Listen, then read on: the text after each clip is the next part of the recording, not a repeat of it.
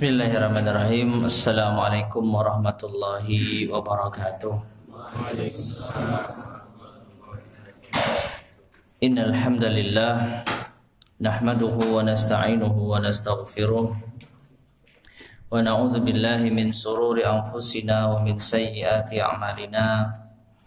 Man yahdihillahu fala mudilla lahu wa man yudlil fala hadiyalah.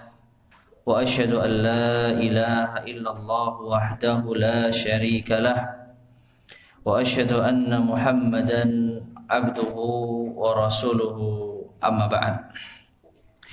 Ma'asyiral muslimin rahimani wa rahimakumullah.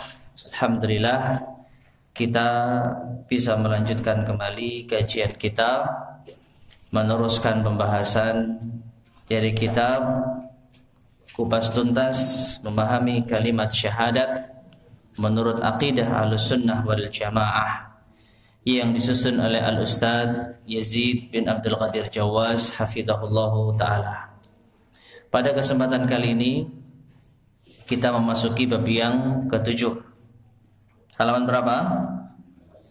179. Halaman 179, yaitu syirik dan macam-macamnya. Syirik dan macam-macamnya. Setelah panjang lebar kita membahas tentang masalah la ilaha illallah, masalah tauhid beserta macam-macamnya, maka lawan dari itu semua adalah syirik. Lawan dari tauhid adalah syirik. Sebagaimana tauhid ada beberapa macam, demikian pula syirik ada bermacam-macam. Dan insyaallah akan kita bahas pada kesempatan kali ini bitaufiq minallah. Di sini muallif hafizahullah taala mengatakan, Ahlussunnah wal Jamaah sepakat bahwasanya syirik merupakan bentuk kemaksiatan yang paling besar kepada Allah Azza wa Jalla. Syirik merupakan sebesar-besar kezaliman, sebesar-besar dosa yang tidak akan diampuni oleh Allah Subhanahu wa ta'ala. Ya, jadi Ahlussunnah wal Jamaah bersepakat bahwasanya syirik merupakan bentuk kemaksiatan yang paling besar. Tidak ada kemaksiatan kepada Allah Subhanahu wa ta'ala yang lebih besar dibandingkan dengan syirik. Tidak ada kezaliman kepada Allah yang paling zalim dibandingkan dengan syirik. Dan dosa yang tidak akan diampuni oleh Allah Subhanahu wa ta'ala adalah kesyirikan. Tentunya yang dimaksud di sini adalah dosa yang hingga mati tidak ditaubati. Dosa yang hingga mati dia tidak bertaubat kepada Allah Subhanahu wa ta'ala. Inilah makna dari firman Allah Subhanahu wa taala, innallaha la yaghfiru ay yushraka bih. Sesungguhnya Allah tidak mengampuni dosa syirik. Akan tetapi Allah yaghfiru ma duna dzalika liman yasha. Akan mengampuni dosa selain syirik bagi siapa yang Allah kehendaki. Nah, maksud dari ayat ini adalah orang yang sampai mati tidak bertaubat kepada Allah dari kesyirikan, maka dosa itulah yang tidak akan diampuni oleh Allah. Adapun dosa selain syirik, maka apabila Allah berkehendak, Allah akan mengampuninya meskipun dia tidak bertaubat. Namun kalau seseorang bertaubat dari kesyirikan, sebelum ia meninggal dunia ia lepaskan berbagai macam bentuk kesyirikan, maka Allah akan mengampuninya. Illa man taba wa amana wa amila amalan salihah faulaika yubaddilullahu lahum sayyi'atihim hasanat wa kana Allahu ghafurar rahima. Kecuali orang yang bertaubat, beriman dan beramal saleh, maka Allah akan gantikan keburukan mereka dengan kebaikan, dan Allah Maha Pengampun lagi Maha Penyayang. Jadi kalau mau diampuni dosa syiriknya, satu-satunya cara dia harus apa? Bertaubat. Kalau tidak bertaubat, tidak akan diampuni oleh Allah Subhanahu wa ta'ala. Nah, kemudian mengetahui tentang syirik dan berbagai macamnya merupakan jalan untuk dapat menjauhkannya dengan sejauh-jauhnya. Artinya, kita mempelajari kesyirikan tujuannya itu agar kita bisa menjauhinya, waspada darinya, bukan untuk terjerumus di dalamnya. Sebagaimana penyair Arab mengatakan, araftu syarra la lisyarri walakin litawaqqih wa man lam ya'rifi syarra minal khair yaqa' fihi. Yang artinya, aku mencari tahu atau aku mengenal keburukan bukan untuk melakukan keburukan tersebut, akan tetapi untuk waspada darinya, untuk menghindarinya. Mengapa? Karena barang siapa yang tidak mengetahui suatu keburukan dari kebaikan, maka jatuhlah ia ke dalam keburukan. Yang tidak tahu mana yang baik dan mana yang buruk, maka ia akan jatuh kepada yang buruk. Maka niat kita mengenal kesyirikan, mengetahui kesyirikan untuk waspada darinya, untuk berhati-hati darinya, bukan untuk mengamalkannya. Ini harus kita ketahui, ya. Di ma'asyar muslimin rahimani wa rahimakumullah, setelah kita mengetahui kesyirikan, maka kita dituntut untuk menjauhinya dan waspada darinya. Taib. Kemudian kita masuk pada pembahasan A, definisi syirik. Definisi syirik. Syirik adalah menyamakan selain Allah dengan Allah Subhanahu wa taala dalam rububiyahnya, uluhiyahnya serta asma dan sifatnya. Ya, menyamakan selain Allah dengan Allah Subhanahu wa taala. Jadi menyamakan sesuatu dengan Allah Subhanahu wa taala, siapapun dia, dan tentu itu adalah makhluk. Karena selain Allah, dia adalah apa? Makhluk. Selain Al-Khaliq yang Maha Pencipta, dia adalah Al-Makhluk yang diciptakan. Jadi menyamakan makhluk dengan Allah Subhanahu wa taala dalam 3 perkara. Dalam rububiyah, uluhiyah serta asma wa sifatnya. Kemudian Syekhul Islam Ibnu Taimiyah rahimahullah berkata, syirik ada 2 macam. Yang pertama, syirik dalam rububiyah, yaitu menjadikan sekutu selain Allah Subhanahu wa taala yang mengatur alam semesta.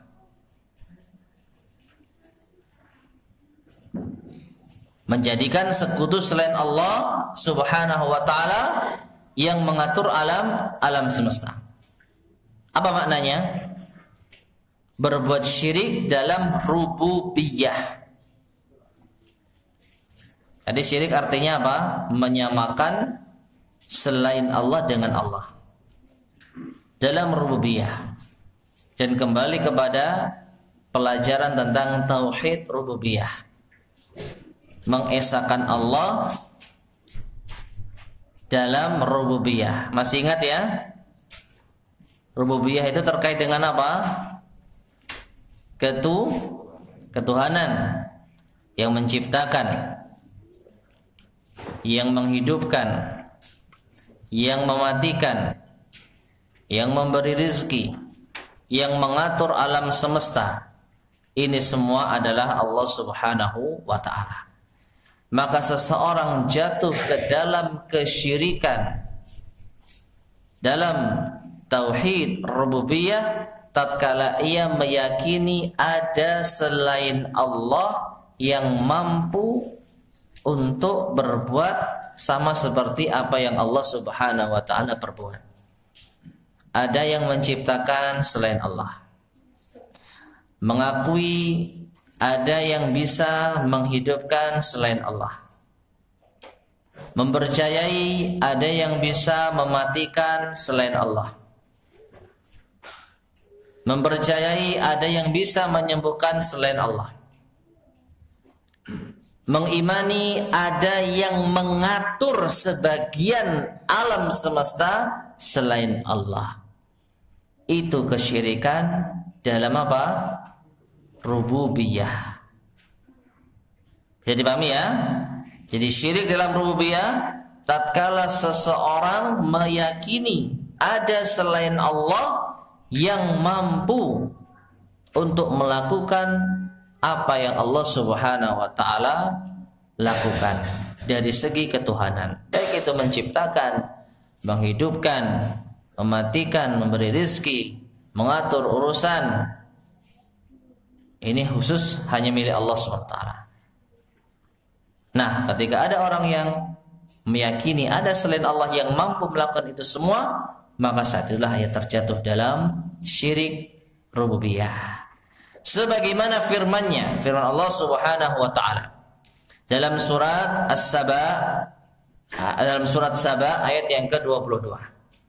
Allah Subhanahu wa taala berfirman, "Qul ud'ul ladzina za'amtum min dunillah la yamlikuna mithqala dzarratin fis samawati wala fil ard wama lahum fihima min syirk wama lahum minhum min dhahir." Ini artinya, katakanlah wahai Muhammad, ud'ul ladzina za'amtum min dunillah, serulah mereka yang kalian anggap sebagai ilah selain Allah. Serulah mereka yang kalian anggap sebagai ilah, sesembahan selain Allah, yang la yamlikuna mithqala dzarratin, mereka tidak memiliki kekuasaan sebesar dzarrah pun, sebesar biji dzarrah pun, biji yang paling kecil, tidak punya apapun mereka. Fis samawati wala fil ard, baik di langit maupun di bumi. Wa ma lahum fihi ma min syirik, dan mereka tersebut sama sekali tidak memiliki peran serta dalam apa? Penciptaan. Di sini perhatikan, min syirik diartikan apa? Peran serta. Wa ma, dan tidaklah mereka, lahum, mereka memiliki, fihima, pada keduanya langit dan bumi, min syirkin, berupa peran serta. Wa ma lahu minhum min zahir, dan di antara mereka ya tidak ada yang menjadi pembantu bagi Allah Subhanahu wa taala. Ya, wa ma lahu minhum, dan tidak ada bagi Allah minhum, di antara mereka, yaitu sekutu-sekutu yang dianggap sebagai ilah, sesembahan selain Allah, min zahir, menjadi pembantu bagi Allah. Nah, ma'asyiral muslimin rahimani wa rahimakumullah. Di dalam ayat yang mulia ini Allah Subhanahu wa taala menegaskan bahwasanya orang-orang ataupun sesembahan-sesembahan, berhala-berhala, sekutu-sekutu yang disembah selain Allah Subhanahu wa taala, mereka tidak memiliki kekuasaan sedikit pun juga. Artinya, kalau ada orang yang meyakini ada selain Allah yang berkuasa, maka dia telah berbuat syirik. Ya, min dzarratin, misqala dzarratin, sebesar biji zarrah pun, yang paling kecil mereka enggak punya kekuasaan. Demikian pula apa? Peran serta dalam fis samawati wala fil ard, peran serta dalam penciptaan langit dan bumi, enggak ada mereka. Justru merekalah yang diciptakan, mereka bukan yang menciptakan.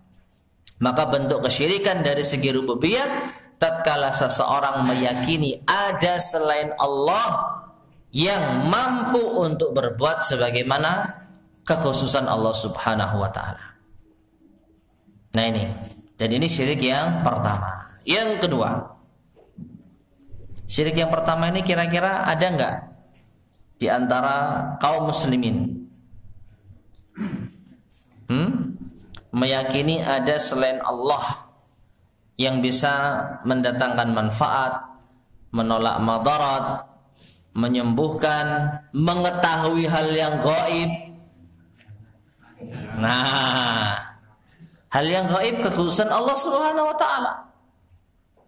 Maka seseorang tatkala mengklaim tahu hal yang gaib, maka dia telah berbuat syirik kepada Allah dalam rububiyah. Ya, dalam rububiyah. Dan ini ma'asyar muslimin rahimani wa rahimakumullah, kesyirikan yang bisa kita katakan tidak terjadi pada keumuman orang-orang Quraisy di zaman dahulu. Mereka yakin yang menciptakan Allah, memberi rezeki Allah, menghidupkan Allah, mematikan Allah. Kesyirikan mereka adalah dari segi uluhiyah. Ya, adapun umat saat ini rububiyah, berbuat syirik, uluhiyah apalagi. Nah, kedua, syirik yang kedua yaitu syirik dalam uluhiyah, yaitu beribadah, berdoa kepada selain Allah, baik dalam bentuk doa ibadah maupun doa masalah. Ma'asyarul muslimin rahimani wa rahimakumullah, cukup singkat yang disebutkan oleh Syekhul Islam Ibn Taimiyah dalam menjelaskan syirik yang kedua, yaitu syirik dalam segi uluhiyah, ya, yaitu beribadah dalam kurung berdoa kepada selain Allah, baik dalam bentuk doa ibadah maupun doa masalah. Apa doa ibadah? Doa ibadah yaitu ibadah sendiri. Jadi yang dimaksud doa ibadah itu adalah ibadah sendiri. Seseorang dikatakan beribadah kepada Allah dengan berbagai macam bentuk ibadah, maka boleh kita sebut dia telah berdoa kepada Allah. Ya, salat, berpuasa, bertawakal, takut, berharap, dan berbagai macam bentuk ibadah yang lainnya, maka ini disebut pula dengan apa? Doa. Ya, an yakunal insan abidan lillah. Ketika seseorang beribadah kepada Allah, saat itulah dia dikatakan berdoa kepada Allah. Tapi ingat, ini doa apa? Doa ibadah. Adapun doa masalah, nah ini yang identik dengan doa yang kita fahami. Meminta sesuatu kepada Allah untuk kemaslahatan diri kita. Memohon sesuatu kepada Allah untuk dihindarkan madarat atas diri kita. Ini namanya apa? Doa masalah. Masalah sendiri berasal dari kata sa'ala yas'alu su'alan, mas'alatan, meminta. Doa yang isinya permintaan. Baik permintaan untuk kemaslahatan kita maupun permintaan untuk dihindarkan dari keburukan yang menimpa kita. Nah, ini lebih khusus dibandingkan doa ibadah. Jadi kalau doa ibadah, ibadah itu sendiri dengan berbagai macam yang telah kita pahami bersama. Nah, jadi seseorang jatuh ke dalam syirik uluhiyah tatkala ia menyerahkan berbagai macam bentuk ibadah kepada selain Allah. Salat untuk selain Allah, menyembelih untuk selain Allah, berdoa tidak kepada Allah, ya, berharap, bertawakal tidak kepada Allah, dan seterusnya. Ini syirik dalam uluhiyah. Taib. Kemudian umumnya yang dilakukan manusia adalah menyekutukan dalam uluhiyah Allah. Umumnya, yaitu dalam hal-hal yang merupakan kekhususan bagi Allah, seperti berdoa kepada selain Allah di samping berdoa kepada Allah. Apa artinya? Dia berdoa meminta kepada Allah, tapi juga meminta kepada selain Allah. Itu artinya. Atau memalingkan suatu bentuk ibadah seperti menyembelih kurban, bernazar, berdoa, dan sebagainya kepada selainnya, selain Allah Subhanahu wa ta'ala.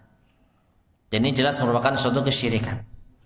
Oleh karena itu, barang siapa menyembah dan berdoa kepada selain Allah Subhanahu wa ta'ala, ia berarti ia telah meletakkan ibadah tidak pada tempatnya dan memberikannya kepada yang tidak berhak, dan itu merupakan kezaliman yang paling besar. Ya, jadi sisi zalimnya kesyirikan. Kenapa kesyirikan disebut sebagai suatu kezaliman? Kenapa? Karena kita telah meletakkan sesuatu tidak pada tempatnya. Allah Subhanahu wa ta'ala yang menciptakan kita, yang telah memberi rezeki kita, menghidupkan kita, memberikan segala macam apa yang kita butuhkan untuk hidup di dunia. Lalu saat kita ibadah, ternyata kita serahkan ibadah tersebut kepada yang tidak bisa memberikan apa-apa kepada kita. Sebesar misqala dzarratin, sebesar seberat biji zarrah pun nggak ada. Tidak memberikan apapun kepada diri kita. Tidak memberikan nyawa kita, tidak memberikan udara untuk kita hirup, tidak memberikan menciptakan penglihatan kita, tidak menciptakan pendengaran kita. Ya, semua dari Allah. Lalu tatkala kita memanfaatkan nikmat Allah tersebut, lalu kita tatkala bersyukur, beribadah, kita serahkan kepada selain Allah, disitulah letak kezaliman. Disitulah letak kezaliman. Ya. Seorang manusia saja tatkala memiliki peran, memiliki jasa atas orang lain, lalu ketika orang yang telah mendapatkan jasa tersebut tatkala berterima kasih, ia berterima kasih kepada orang yang tidak memberikan jasa sedikit pun kepadanya, tentu ini adalah suatu kezaliman. Yang bantu kita si A, tapi kita terima kasihnya kepada si B misalnya. Ini adalah kezaliman. Nah ini apa? Padahal apa yang dia berikan kepada kita itu hanya sedikit saja. Jasa si A kepada kita paling cuma dalam perkara-perkara tertentu. Lalu kalau kita terima kasihnya kepada si B, ini sudah merupakan kezaliman. Lalu bagaimana dengan Allah Subhanahu wa ta'ala yang telah memberikan kita segala-galanya, yang telah memberikan kita berbagai macam kenikmatan? Lalu tatkala kita bersyukur dan beribadah, kita serahkan kepada selain Allah yang sama sekali tidak bisa memberikan kita apapun. Disitulah letak apa? Kezaliman. Kita letakkan sesuatu tidak pada tempatnya. Allah Subhanahu wa ta'ala berfirman dalam surat Luqman ayat ke-13, wa idz qala Luqmanu libnihi wa huwa ya'idhuhu ya bunayya la tusyrik billah innasyirka la zulmun azim. Yang artinya, dan ingatlah ketika Luqman berkata kepada anaknya ketika ia memberi pelajaran kepadanya, wahai anakku, janganlah engkau mempersekutukan Allah, sesungguhnya mempersekutukan Allah adalah benar-benar kezaliman yang besar. Inna syirka la zulmun azim. Sesungguhnya kesyirikan adalah kezaliman yang besar. Ya, maka tidak ada kezaliman yang lebih besar dibandingkan dengan berbuat syirik kepada Allah Subhanahu wa ta'ala. Kemudian diriwayatkan dari Abu Bakrah radhiyallahu anhu, ia mengatakan bahwa Rasulullah sallallahu alaihi wasallam bersabda, "Ala unabbiukum bi akbaril kabair?" Salasan, maukah aku beritahu kalian tentang dosa besar yang paling besar? Ini beliau sampaikan 3 kali. Ala unabbiukum bi akbaril kabair, ala unabbiukum bi akbaril kabair. Disampaikan 3 kali. Nah, di sini ma'asyar muslimin rahimani wa rahimakumullah, di antara faedah hadis ini, ya, dosa besar disebut apa? Al-kabair. Ya, dosa besar disebut al-kabair. Nah, di antara al-kabair itu ada akbaril kabair. Dosa besar yang paling besar. Dosa besar saja ya merupakan dosa yang sepatutnya kita jauhi, kita hindari. Karena apa? Ancaman dari dosa-dosa besar ini sangat berat. Baik itu siksa dari Allah, murka dari Allah di dunia maupun di akhirat dan seterusnya. Tetapi ternyata di antara al-kabair itu ada akbaril kabair, dosa besar yang paling besar. Nah, apakah tersebut? Mereka berkata, "Bala ya Rasulullah." Mau wahai Rasulullah. Lihatlah semangatnya para sahabat. Ketika Rasulullah menawarkan kepada mereka hal yang akan mendatangkan siksa Allah, akbaril kabair, dosa besar yang paling besar, ini bukan berarti mereka mau untuk apa? Untuk agar mereka amalkan. Na'udzubillah. Tidak, justru mereka mau diberitahu untuk mereka waspada darinya, agar tidak terjerumus di dalamnya. Barulah Rasulullah SAW mengatakan, al-isyraku billah, di antara dosa besar yang paling besar adalah berbuat syirik kepada Allah. Yang kedua, wa uququl walidaini, durhaka kepada kedua orang tua. Dan yang ketiga, atau sebelumnya, wa jalasa wa kana muttaqian. Kemudian setelah itu beliau duduk. Sebenarnya beliau sebelumnya apa? Bersandar. Jadi ketika menyebutkan syirik dan durhaka kepada kedua orang tua, Nabi SAW sedang bersandar, agak nyantai gitu duduknya. Tapi begitu mau menyebutkan yang ketiga, beliau langsung duduk. Ya, ketika beliau duduk, beliau mengatakan ala wa qauluz zur. Yang ketiga, hati-hati kalian dari apa? Perkataan dusta. Fama zala yukarriruha hatta qulna laitahu sakat. Beliau ulang-ulang terus, hati-hati kalian dari qauluz zur. Ala wa qauluz zur, ala wa qauluz zur. Dan di sini tidak disebutkan diulang berapa kali. Para sahabat hanya mengatakan fama zala yukarriruha. Nabi terus mengulangnya hatta qulna, sampai kita berkata laitahu sakat. Kami berharap beliau diam agar tidak diulang-ulang. Di antara para ulama menyebutkan faedah dari hadis ini, perhatian Rasulullah SAW terhadap qauluz zur, perkataan dusta. Ini bukan berarti perkataan dusta lebih besar dosanya dibandingkan dengan syirik, tidak. Karena tetap syirik ada di urutan pertama. Ya, syirik ada di urutan pertama. Dalam apa? Status dosa besar yang paling besar. Namun kenapa Nabi SAW ketika akan menyebutkan dosa yang ketiga, beliau berbeda posisinya. Yang awalnya agak santai, duduk, kemudian diulang-ulang terus. Di antara para ulama menerangkan bahwasanya qauluz zur, ucapan dusta ini adalah ucapan yang paling banyak dilakukan oleh umat manusia. Jadi Nabi apa? Mewanti-wanti, ya, dosa yang paling masuk ke dalam manusia, dosa yang paling berpotensi diamalkan oleh manusia. Kalau orang yang beriman, insya Allah tidak berbuat syirik kepada Allah Subhanahu wa ta'ala. Kalau orang yang beriman, akalnya masih sehat, insya Allah tidak durhaka kepada kedua orang tuanya. Tapi dusta begitu menggoda. Ya, dusta begitu menggoda. Apalagi itu untuk kemaslahatan diri kita. Apalagi itu untuk tujuan modus. Ya, dikit-dikit dusta. Qauluz zur, hati-hati dengan ucapan dusta. Maka ma'asyar muslimin rahimani wa rahmatullah, Rasulullah pun apa? Lebih agak bangkit dalam menerangkan waspada terhadap ucapan dusta.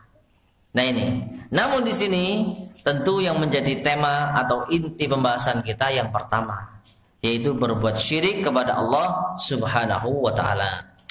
Taib. Kemudian syirik, menyekutukan Allah, dikatakan dosa besar yang paling besar dan kezaliman yang paling besar, karena ia menyamakan makhluk dengan Khalik pada hal-hal yang khusus bagi Allah Azza wa Jalla, baik itu dalam rububiyah maupun dalam uluhiyah. Dalam rububiyah kita ulang-ulang dan sering kita ulang-ulang, menciptakan, menghidupkan, mematikan, memberi rizki, mengatur, ini hanya Allah. Lalu tatkala kita meyakini ada selain Allah yang mampu untuk berbuat itu semua, disitulah kita telah melakukan kezaliman yang besar. Ya, menyamakan antara makhluk yang lemah, makhluk yang diciptakan, dibandingkan dengan Tuhan yang menciptakan. Apa enggak zalim ini? Ya, demikian pula dalam masalah uluhiyah. Harusnya seseorang itu beribadah kepada Tuhan yang telah memberikan banyak kenikmatan kepada dirinya. Lalu ternyata ia serahkan ibadah itu kepada sesuatu yang rendah, yang hina, yang tidak bisa menciptakan apapun, sampai pun sebesar biji dzarrah. Maka ini jelas kezaliman yang paling besar. Menyamakan hakikat dari syirik apa tadi? Menyamakan selain Allah dengan Allah.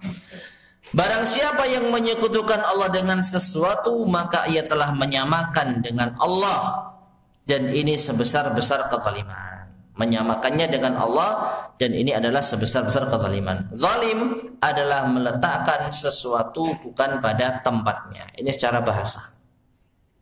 Yang namanya kezaliman, meletakkan sesuatu bukan pada tempatnya.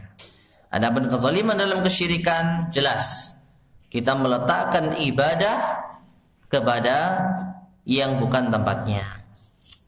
Kemudian contoh-contoh perbuatan syirik di antaranya adalah orang yang memohon, berdoa kepada orang yang sudah mati.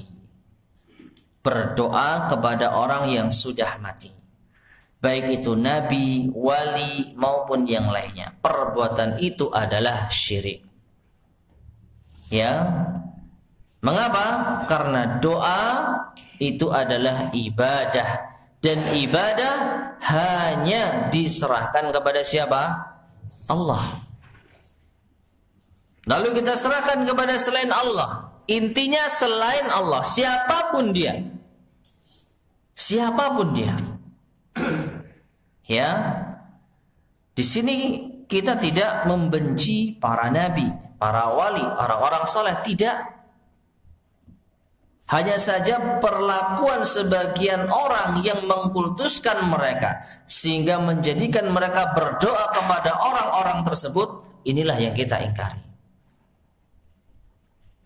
Namun luar biasanya ketika kita mewanti-wanti, mengingkari perbuatan syirik mereka, kita dituduh apa? Orang yang tidak mencintai wali, orang yang tidak mencintai orang saleh, orang yang tidak hormat kepada para nabi.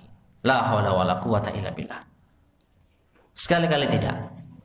Ya, justru kita adalah orang yang paling menghormati Nabi sallallahu alaihi wasallam. Menghormati Nabi dengan cara yang diinginkan dan dicontohkan oleh Nabi sallallahu alaihi wasallam.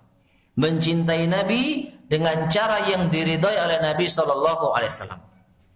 Beliau sallallahu alaihi wasallam berpesan, "La tutruni kama atratin nasara Isa bin Maryam." Janganlah kalian mengkultuskan aku sebagaimana umat Nasara mengkultuskan Nabi Isa bin Maryam. Maka tanda kita taat dan cinta kepada Rasulullah, kita amalkan wasiat Rasulullah. Kita tidak mengkultuskan beliau, tidak berdoa kepada beliau. Justru kita doakan beliau. Dengan cara apa? Bersolawat. Allahumma salli ala Muhammad wa ala ali Muhammad kama shallaita ala Ibrahim wa ala ali Ibrahim innaka Hamidum Majid wa barik ala Muhammad. Doa salawat, ya Allah berikanlah salawat kepada Muhammad, berikanlah keselamatan pada beliau, berikanlah keberkahan pada beliau, anak keturunan beliau.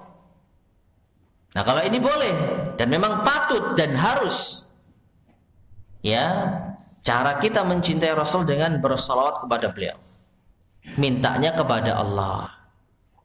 Ya, sedangkan kalau kita berdoa kepada beliau, wahai Rasulullah, tolonglah saya, wahai wali fulan, tolonglah saya, wahai orang soleh yang telah meninggal dunia, perkenankanlah doaku, maka ini jelas perbuatan syirik. Ya, nah, berdoa memohon kepada selain Allah seperti berdoa meminta suatu hajat. Kita apa? Sedang berhajat. Hajat itu apa sih? Hajat itu keperluan, kebutuhan. Kita sedang butuh apa misalnya? Ya, kita punya hajat. Ingin apa?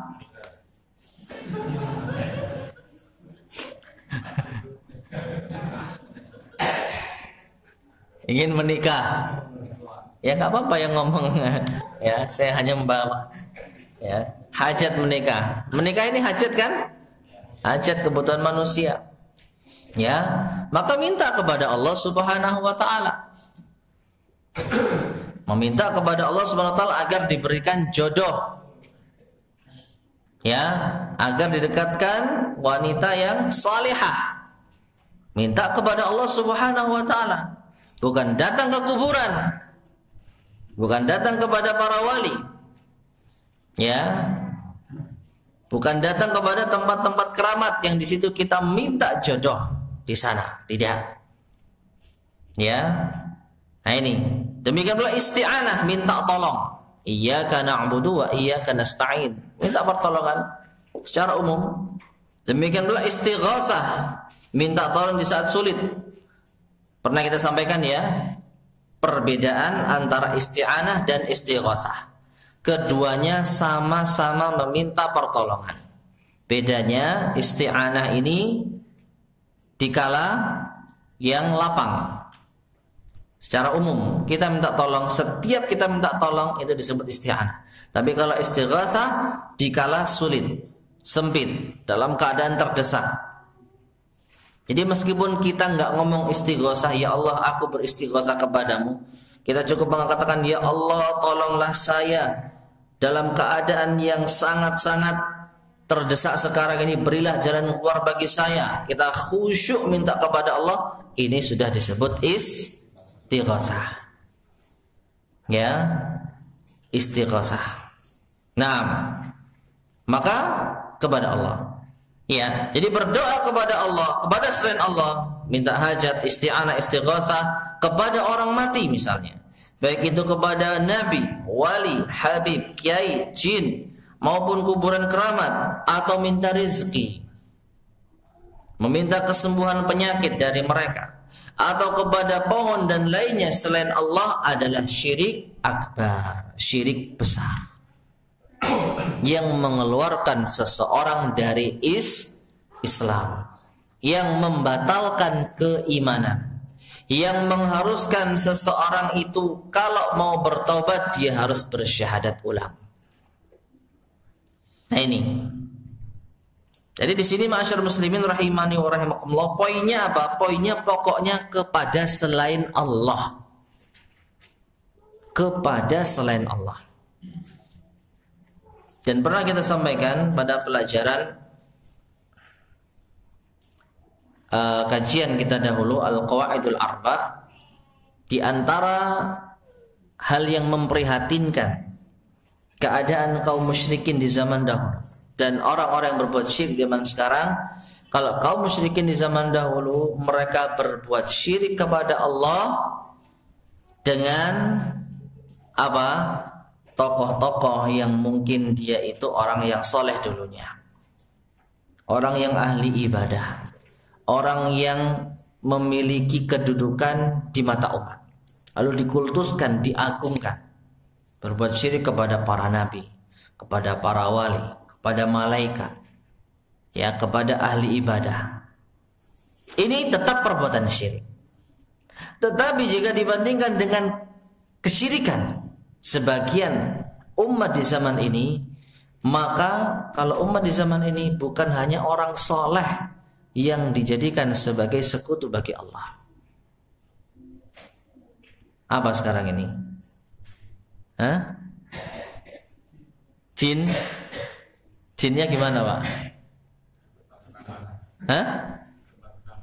Di tempat keramat. Jinnya jin soleh enggak? Enggak jelas.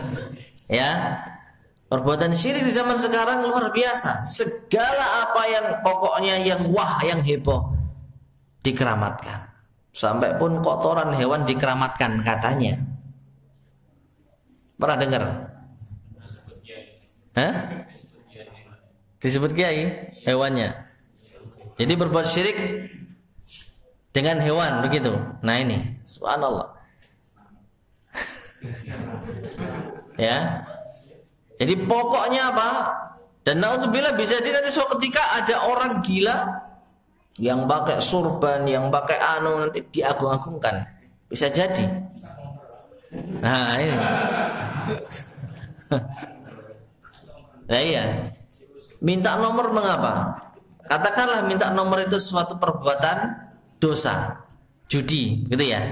Tapi ketika dia meyakini bahwasanya si fulan tersebut, ya, itu bisa membawa barokah, nomornya manjur misalnya, maka dosanya lebih besar dari judi tersebut.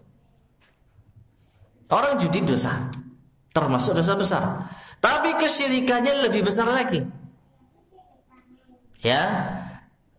Apalagi berbuat syirik kepada Allah dengan sesuatu yang jelas-jelas apa? Subhanallah, orang gila, ya, nggak tahu ini. Harusnya orang itu lebih gila dari orang gila. Ya. Orang yang memiliki akal kok bisa minta nomor kepada orang yang gila. Ini kalau nggak menunjukkan mereka juga sudah gila. Nah ini, apalagi kalau didasari keyakinan, wah orang ini semakin orang, karena apa? Karena memang, ya, sebagian kelompok, sebagian kalangan itu kalau seseorang itu enggak, wah, kalau seorang itu enggak nyeleneh, kalau seorang itu tidak tidak memiliki keanehan, yaitu bukan wali, nggak nyentrik gitu ya. Ya, kalau seorang wali, seorang yang dianggap wali biasa saja, tidak heboh, ini biasa. Ya, tapi kalau wah ini orang gila ini, ya, ini orang gila, ini titisani wali, misalnya seperti itu, ya, dia berbuat itu tuh ada maknanya. Kenapa kok dia jalannya mundur? Nah, itu ada maknanya itu. Nah ini, kenapa dia kok duduk di suatu tempat kemudian kayak zikir gitu? Nah ini kalau nggak wali nggak seperti ini. Jadi semakin heboh semakin wali. Nah ini, nah inilah, ya, ketika akal sudah, logika sudah benar-benar tidak digunakan. Dan inilah yang terjadi kepada kebanyakan kaum muslimin, jatuh pada kesyirikan, sampai pun orang yang tidak tahu asal usulnya, pokoknya diagungkan, pokoknya rame didatangi. Ya, ya seperti itu. Anak kecil yang kita nggak tahu bagaimana dia akhlaknya, bagaimana hafalannya seberapa, tiba-tiba karena punya apa batu yang heboh, berduyun-duyun, ya. Mulai dari pejabat sampai orang yang tidak kerja datang ke sana. Subhanallah. Ini bentuk apa? Bentuk penghinaan terhadap diri sendiri. Ya. Dan itulah yang disebutkan oleh para ustadz kita sebagai penjara kesyirikan.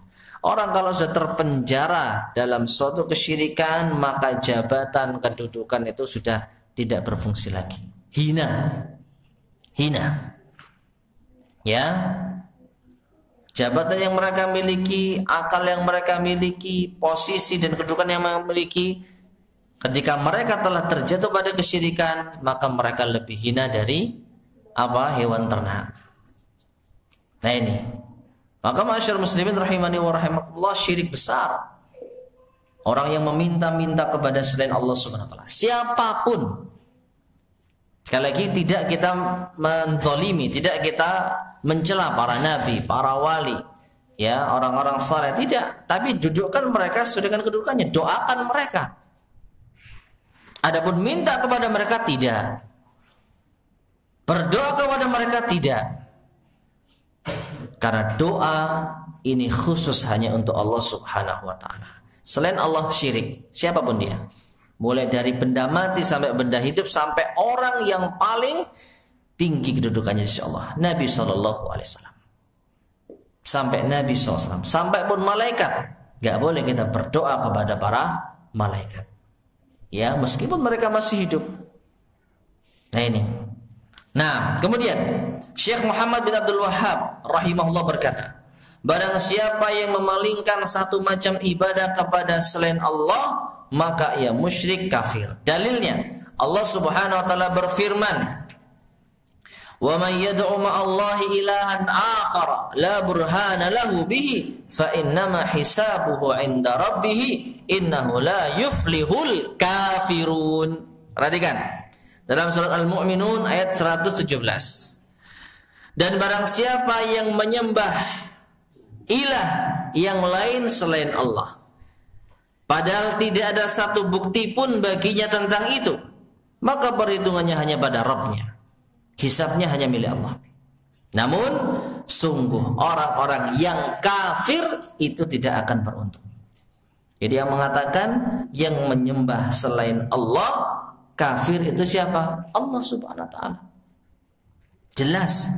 Yad'u ma'allahi ilahan akhar. Perhatikan di sini. Disinilah yang disebut kesyirikan. Yad'u, menyembah, berdoa, beribadah, menyeru ma'allah, bersama dengan Allah. Artinya dia beribadah kepada Allah, tapi dia juga beribadah kepada selain Allah. Itu hakikat kesyirikan.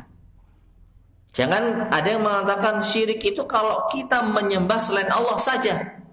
Tidak. Syirik itu menyembah kepada Allah dan selain Allah, menduakan Allah, menyekutukan Allah. Makanya namanya sekutu itu apa? Saling bahu membahu. Sekutu itu kawan, saling menolong. Menjadikan ada selain Allah sebagai penolong kita, sebagai Tuhan, sebagai sesuatu yang bisa memberikan manfaat kita, menolak madarat kita. Ya, jadi kita berdoa kepada Allah, tapi berdoa juga kepada selain Allah, itulah syirik. Itulah hakikat dari kesyirikan. Makanya Allah katakan, barang siapa yang menyeru bersama dengan Allah, siapa? Ilahan akhar, ilah yang lainnya, Tuhan yang lainnya. La burhana lahu bih, yang tidak ada bukti baginya, hisabnya di sisi Allah. Namun la yuflihul kafirun, tidak akan beruntung orang-orang yang kafir tersebut. Nah, jadi ini syirik yang kedua yang banyak diamalkan oleh orang-orang di zaman sekarang. Adapun ketiga, syirik dalam sifat-sifat Allah Subhanahu wa taala, yaitu mensifati sebagian makhluknya dengan sifat yang khusus bagi Allah Azza wa Jalla, seperti mengetahui hal yang gaib. Nah ini, berarti mengetahui hal yang gaib itu masuk ke dalam syirik sifat, bukan syirik rububiyah ya. Tadi sempat kita sampaikan syirik rububiyah, ya, karena syirik rububiyah itu terkait dengan perbuatan, terkait dengan apa? Perbuatan. Ini yang tadi mungkin kita kurang memahaminya ya. Jadi afwan, mengetahui hal yang gaib itu bukan perbuatan, tapi itu suatu apa? Ilmu, suatu sifat. Nah ini, jadi masuk ke dalam sifat Allah. Seperti mengetahui yang gaib. Ya, sesungguhnya tidak ada yang mengetahui hal yang gaib kecuali Allah Subhanahu wa taala. Bahkan Nabi Muhammad sallallahu alaihi wasallam sekalipun tidak mengetahui tentang yang gaib. Allah Subhanahu wa taala berfirman di dalam surat Al-A'raf ayat 188. Qul la amliku li nafsi naf'aw wala dharran illa ma syaa Allah.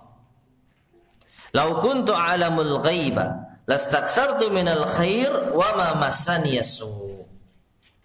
Yang artinya, katakanlah wahai Muhammad, bahwasanya aku tidak memiliki. Siapa aku di sini? Rasulullah. Katakan wahai Muhammad. Apa yang dikatakan? La amliku. Jadi aku Rasulullah Muhammad, la amliku, aku tidak memiliki kekuatan, kekuasaan, li nafsi, bagi diriku sendiri, naf'an wala dharran, baik memberi manfaat atau menolak madarat, illa ma syaa Allah, kecuali apa yang dikehendaki oleh Allah. Jadi Nabi sendiri tidak punya kuasa untuk dirinya sendiri. Kapan beliau mati, kapan beliau sakit, kapan beliau bisa selamat dari ancaman pembunuhan, kapan beliau bisa menang dalam peperangan, kapan beliau bisa mengalahkan musuh, kapan beliau bisa terkena musibah, nggak tahu Rasulullah SAW. Ya, kapan beliau bisa diserang, kapan beliau bisa diracun, nggak tahu Nabi SAW. Kecuali itu semua adalah kehendak siapa? Allah. Karena apa? Walau kuntu a'lamul ghaib. Perhatikan, seandainya aku tahu hal yang gaib. Siapa aku di sini? Rasulullah. Sekali lagi Rasulullah. Seandainya beliau tahu hal yang gaib, lastakthartu minal khair. Niscaya pasti aku akan banyak mendapatkan kebaikan. Wa ma massaniya su', dan aku tidak akan disentuh keburukan. Namun kenyataannya perjalanan dakwah Rasulullah SAW penuh rintangan dan hambatan. Ini merupakan dalil yang jelas. Nabi nggak tahu hal yang gaib. Nggak tahu kapan beliau diperintah untuk berhijrah. Nggak tahu kapan beliau disuruh oleh Allah Subhanahu Wa Taala untuk bersembunyi di gua. Nah ini yang menunjukkan beliau nggak tahu hal yang gaib. Beliau hanya mendapatkan wahyu dari Allah Subhanahu Wa Taala. In ana illa nadhir wa bashir liqaumi yu'minun. Aku hanyalah pemberi peringatan dan kabar gembira bagi orang-orang yang beriman. Rasulullah hanya nyampaikan, wahai orang kafir, kalau kalian tetap pada kekufuran kalian, kalian akan masuk neraka kekal di sana. Nadhir, peringatan. Siapa yang berbuat syirik kepada Allah, maka Allah akan haramkan surga atasnya. Siapa yang berbuat syirik kepada Allah, maka tidak akan diampuni dosanya. Nadhir, pemberi peringatan. Tapi juga beliau apa? Bashir, pemberi kabar gembira. Barang siapa yang akhir hidupnya mengucapkan la ilaha illallah, dakhalal jannah, masuk surga. Barang siapa yang semasa hidupnya tidak pernah berbuat syirik kepada Allah, Allah akan ampuni dosa-dosanya. Barang siapa yang bertauhid kepada Allah, maka Allah akan berikan kehidupan yang aman sentosa. Ya, Allah akan berikan pertolongan dan hidayah. Nah ini, jadi tugas Nabi hanya memberikan peringatan bagi orang yang mengingkari, dan Nabi memberikan kabar gembira bagi orang yang beriman. Tugas Nabi hanya itu saja. Adapun mereka beriman atau tidak, itu diserahkan kepada Allah Subhanahu wa Ta'ala. Ya, nah jadi ini macam-macam bentuk kesyirikan. Intinya ma'asyar muslimin rahimani wa rahimakumullah, kalau terkait dengan perbuatan Allah, menciptakan, menghidupkan, mematikan, kita meyakini ada sesuatu selain Allah yang mampu melakukan itu semua, kita terjatuh pada syirik apa? Rububiyah. Kalau kita beribadah kepada selain Allah, maka kita jatuh pada syirik uluhiyah. Kalau kita mempercayai ada seseorang makhluk yang memiliki salah satu dari sifat Allah, di antaranya mengerti, mengaku hal yang gaib, maka kita telah terjatuh pada syirik apa? Asma wa sifat. Allahu taala alam. Tayyib ma'asyar muslimin rahimani wa rahimakumullah. Mungkin ini yang bisa kita sampaikan pada kajian kita di malam hari ini. InsyaAllah akan kita lanjutkan pada pertemuan berikutnya. Biidznillah, ancaman bagi orang yang berbuat syirik. Wallahu a'lam bishawab.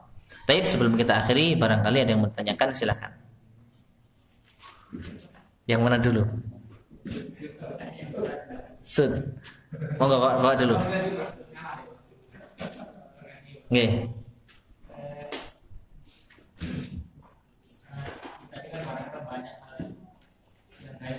Iya. Kalau ada seorang mau beli rumah, kadang-kadang dia mengajak seorang yang Pintar. ya pintar pertanyakan kita kenapa dia sebut lain berjaya rumahnya ngaco itu apa termasuk syirik? Sebelum dia beli rumahnya minta kalau beli ada possibility lain apa? Karena kita kan manusia dengan manusia sering bersinggungan. Iya. Taib.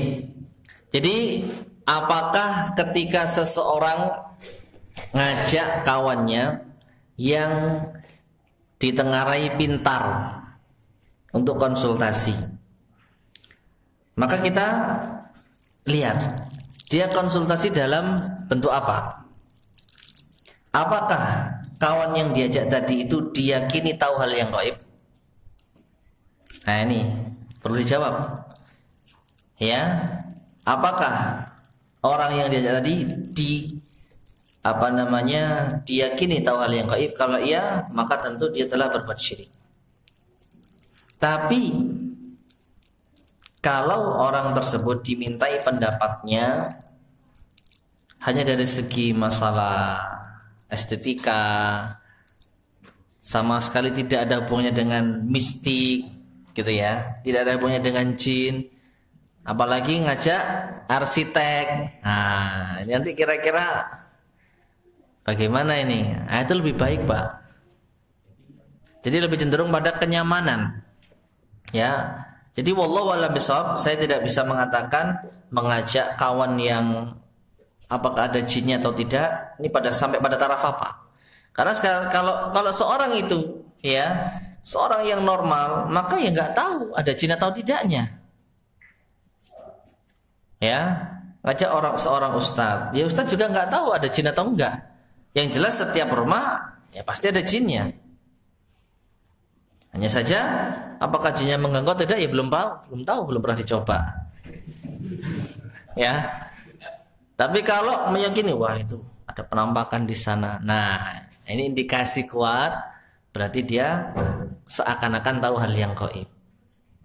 Ya, dan justru ya wallahu a'lam bishawab, sebagaimana yang sering saya dapatkan, justru orang kalau punya kelebihan bisa melihat, justru itu adalah kelemahan baginya.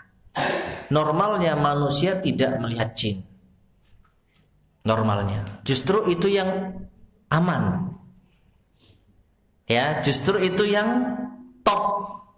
Tapi kalau udah bisa melihat jin, wallahu a'lam bishawab, justru orang itu butuh untuk diruqyah. Ya, bukan berarti wah dia orang hebat, bisa melihat jin.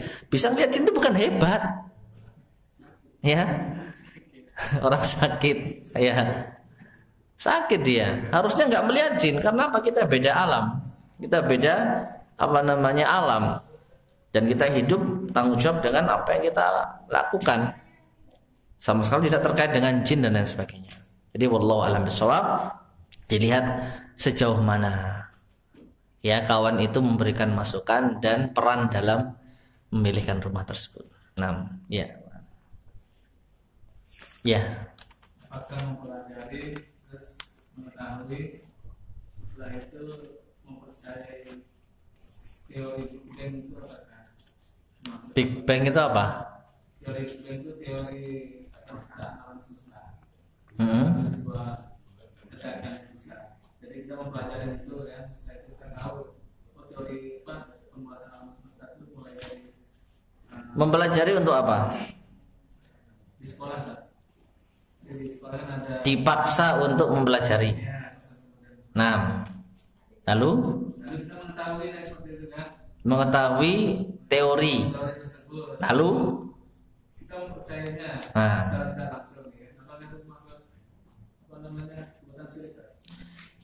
sekarang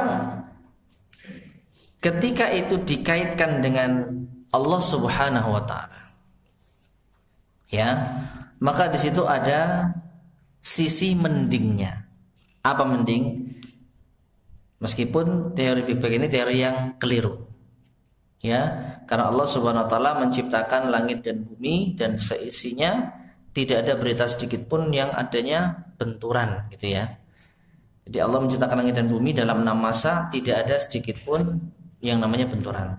Tapi seandainya seseorang meyakini teori tersebut dan itu disandarkan kepada Allah yang membenturkan planet ini sehingga terjadilah bumi, maka di situ tidak terjatuh dalam kesyirikan. Ya, tidak terjatuh pada kesyirikan, tapi tetap dia mengimani hal yang tidak benar. Dia mengimani hal yang tidak benar. Karena apa? Berita tentang hal tersebut tidak sahih. Itu kan hanya teori. Teori butuh apa? Butuh bukti. Mana buktinya? Nah ini. Tapi kalau seseorang menyandarkan ini terjadi dengan sendirinya, bumi dan ini terjadi dengan sendirinya, bukan terkait dengan kuasa Allah, maka disitulah dia telah terjatuh pada syirik rububiyah. Ada sesuatu yang bisa menggerakkan dirinya sendiri tanpa ada sedikit pun campur tangan dari Allah. Syirik dalam rububiyah. Wallahu a'lam bishawab. Mungkin seperti itu. Nah, ada lagi? Ya. 1. siji durung loro. Gimana? Ya lawan 80 itu kan siapa itu yang dijelaskan itu ada macam. Iya. Siapa yang tahu jawabannya? Hah? Radia. Pertanyaannya ada yang tahu? Pertanyaannya aja nggak tahu. Di halaman 120 Syekhul Islam Taimiyah berkata syirik ada dua macam. Pertama, kedua. Lah kok ada yang ketiga? 180.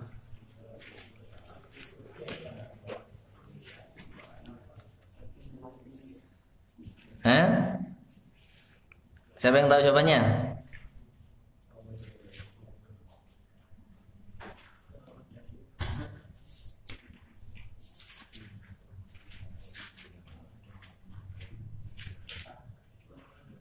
Ya, perhatikan di awal pembahasan syirik adalah menyamakan selain Allah dengan Allah dalam tiga rububiyah, uluhiyah serta asma wa sifat. Jadi di sini sudah menunjukkan berapa? Tiga. Hanya saja keterangan yang diambil ini berbeda-beda. Beliau Ustadz Yazid menukil ucapan Syekhul Islam Ibnu Taimiyah dan beliau hanya menyebutkan dua, ditambahlah keterangan oleh Ustadz Yazid sendiri yang ketiga. Ya, jadi dua di sini berdasarkan nukilan dari Syekhul Islam. Syekhul Islam berkata syirik ada dua macam, rububiyah dan uluhiyah. Ya, jadi ini keterangan beliau, keterangannya Syekhul Islam. Tetapi karena di awal sudah disebutkan juga ada syirik dalam asma wa sifat, maka ditambahi keterangannya sendiri. Makanya perhatikan di situ di halaman 181. Catatan kaki nomor 209. Catatan kaki nomor 209. Sampai situlah nukilan dari Syekhul Islam Ibnu Taimiyah. Sudah sampai situ aja. Ya. Jadi beliau berkata, pertama syirik dalam rububiyah, kedua syirik dalam uluhiyah, kemudian di akhir disebutkan di sini iqtida'us siratil mustaqim oleh Syekhul Islam Ibnu Taimiyah. Jadi nukilannya Syekhul Islam itu hanya sampai pada dua syirik itu saja. Berikutnya sampai tambahan-tambahan berikutnya itu dari Al-Ustadz Yazid dan menukil dari berbagai macam sumber. Masih mau nambah? Nambah. Sekarang kan di televisi itu ada seperti siaran kartun, film, itu ada sisi dewa-dewanya. Jika orang yang melihatnya itu gimana?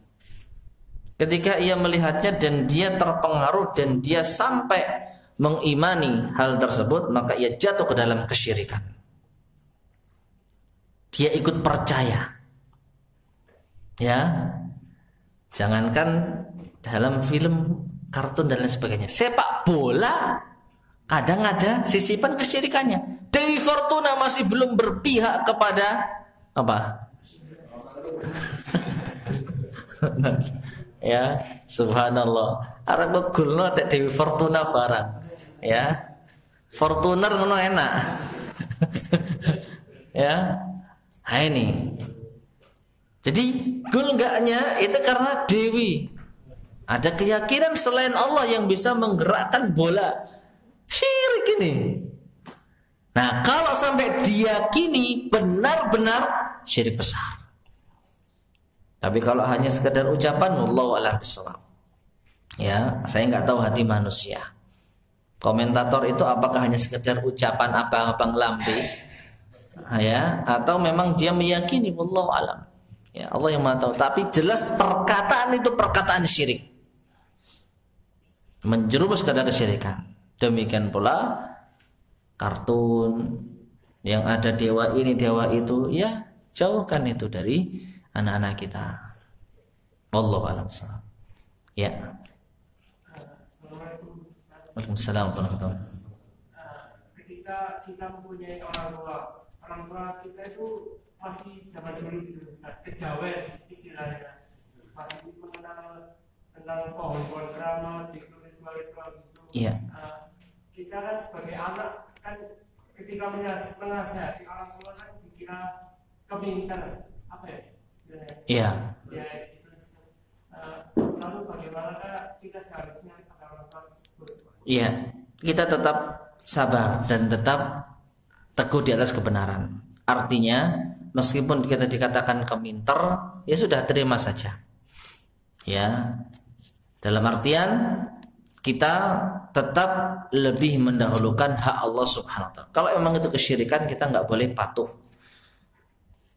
Wa in jahadaka ala an tusyrika bi ma laysa laka bi ilmun fala tuti'huma. Dan jika keduanya mengajakmu untuk berbuat syirik kepadaku yang engkau tidak punya ilmu tentangnya, jangan kau taati. Namun wasahibhuma fid dunya ma'rufa, tetap pergauli mereka dengan baik. Ini bukan apa istilahnya ya, bukan plin-plan, bukan nggak konsisten, bukan.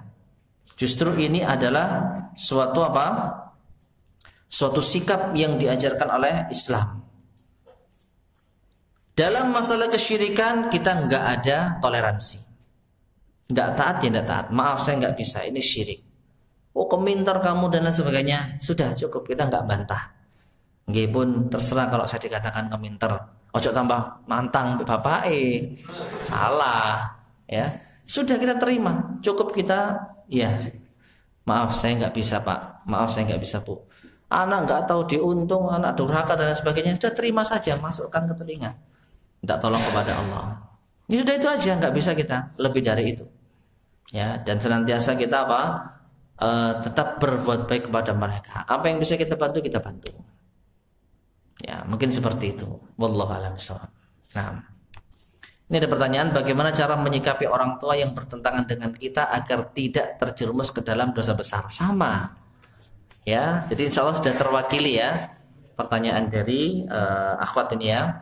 Jadi intinya kalau itu dalam masalah prinsip, kalau lagi dalam masalah maksiat, tidak ada taat kepada mereka. Namun bukan berarti membangkang dalam setiap masalah. Justru kalau ada hal-hal yang kita bisa tarik hatinya, saudara-saudara yang lain nggak ada yang peduli pas bapak ibunya sedang sakit misalnya, kita yang lebih dahulu memberikan apa? Pertolongan, memberikan semacam kepedulian, ya. Anak-anak yang lainnya nggak ada yang mau ngutangi pas bapaknya lagi butuh, kita yang ngutangi misalnya kalau kita mampu. Intinya cari apa yang bisa membuat kita bisa menarik hatinya, minimal itu. Jadi wallahu a'lam bishawab, jangan ada sampai frontal gitu ya, pertentangan yang keras. Kita ini sudah cukup berat dalam mempertahankan akidah. Jangan ditambah berat lagi dengan gegeran pada perkara-perkara yang kita sebenarnya bisa sedikit melunak. Ya sudah, kita nggak usah ikut dalam kesyirikan, selesai. Tapi dalam masalah yang lainnya, sosial, tolong menolong, perhatian, insya Allah kita bisa maksimalkan di sana. Wallahu a'lam bishawab. Mungkin seperti itu. Tapi ada lagi yang sampaikan? Ya. Balik ke cerita Pak Anies. Saya waktu lagi dulu, saya ada tulisan di Jawa Pos dari seorang kiai haji. Dia berpendapat bahwa pada saat ponari terjadi itu karena Allah yang menunjukkan kuasa bahwa kesembuhan itu bisa dari apapun, sekedar dari Allah. Karena pada tiangan kiai tersebut menganggap bahwa sekarang orang banyak sudah memutuskan seorang dokter bahwa sembuh itu berkat dokter kayak gitu. Saya pengen ditunjukkan, mungkin Allah menunjukkan bahwa dengan batu aja bisa sembuh kayak atas kehendak Allah. Ya. Apakah pemikiran itu termasuk pemikiran yang Taib. Sesuatu itu terjadi karena sebab dan akibat. Ya, kalau sesuatu itu ada hubungan antara sebab dan akibat dan memang setelah diuji secara klinis atau apalah itu, boleh kita terima. Batu ini mengandung ini tuh. Kalau ketemu dengan air maka terjadi apa itu ya? Terjadi reaksi kimia. Jadi reaksi kimia.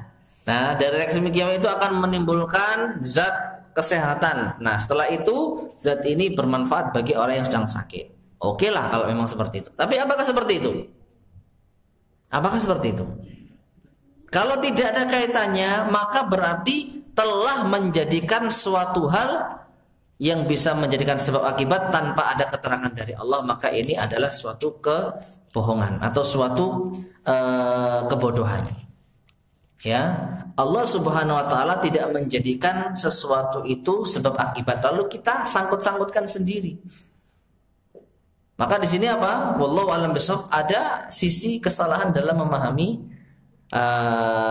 sebab akibat tadi. Jadi sekali lagi wallahu a'lam, apakah sampai kepada kesyirikan? Kalau dia masih meyakini Allah yang melakukan itu semua, maka wallahu a'lam tidak sampai syirik besar. Tidak sampai syirik besar. Tapi tetap dia telah salah. Ya, tetap dia telah salah. Sehingga ya tetap tidak kita benarkan.